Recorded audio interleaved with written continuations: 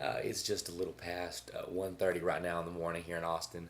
Um, Before I talk about the game, let you guys know I had a long day with, as many of you know, College Game Day came here to Austin. So my day started Friday night about 11:30. Um, a bunch of us went out there, camped out on the main mall in front of the tower. Some of you who watched this may have done the same thing, and stayed there until they let us in around 7.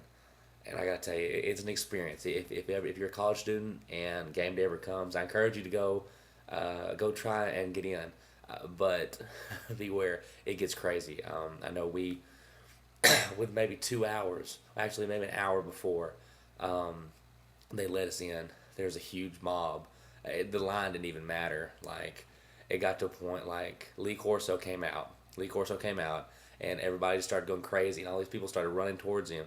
Well, that messed up the whole line, so everyone just started jamming him. So we, for about 40 minutes, we were jammed where you couldn't move at all for 40 minutes together, and it was crazy. And but we got to get in there and got to watch game day live. I don't think y'all got to see me out there. I was on the third row.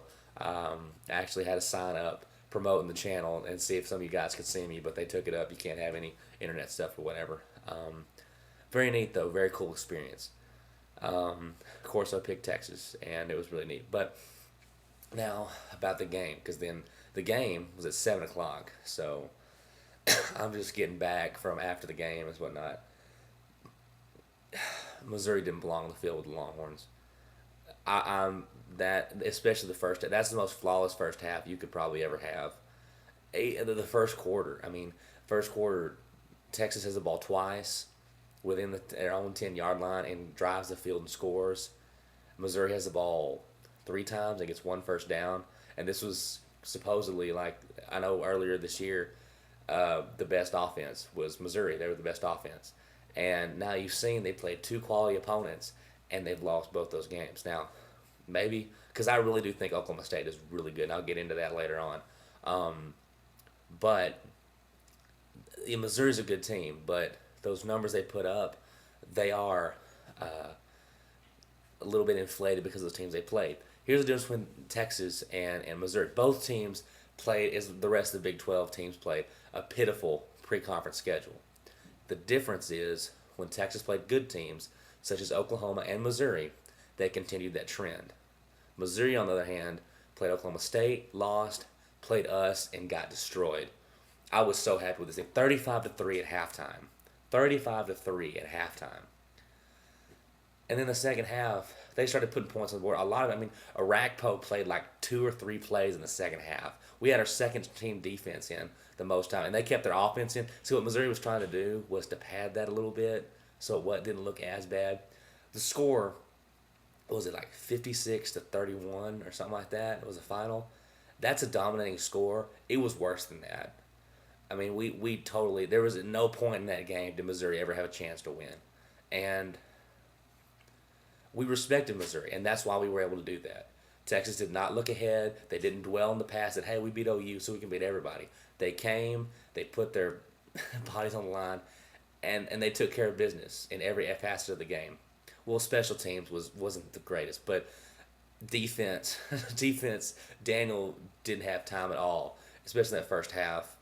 Macklin did get his catches, of course, and like I said, they scored in the second half quite a bit, but nothing, nothing of any substance. So Texas played like the number one team in the nation. We proved why, as of right now, we are the number one team in the nation. I had a lot of comments about people saying we were going to get exposed this week, that we were a fraudulent number one team.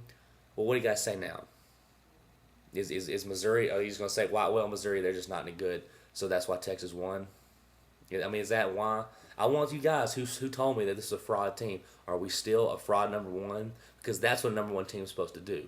Take no one lightly, understand, and they take no one lightly, and understand that you have a target on your back every single week. This is Murder's Row that we're going through right now. These 4 games, Oklahoma and Missouri. We've gone through both of those. Now we've got at home against Oklahoma State and at Texas Tech. Now there's more games after that, but this is what everyone in the media is focusing on, these 4 games, and if we can get through these. Oklahoma State next week.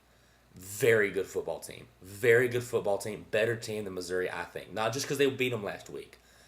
I just think they have a good defense, and I think Zach Robinson is really one of the most underrated quarterbacks in the game. So, but Texas, I was so pleased, so pleased.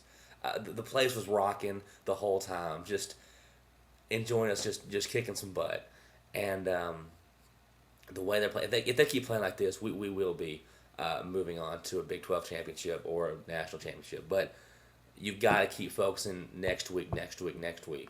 And Mac Brown's done a great job of keeping the guys focused. And the team itself, not just Mac, but the team itself is policing themselves to make sure that they take each team, respect each team that comes in our building, and dealing with it. Texas fans, this is a great day. Took care of Missouri, didn't even have a chance. And we're on to the Oklahoma State Cowboys. Hook 'em horns, guys, and Texas fight. See you next week.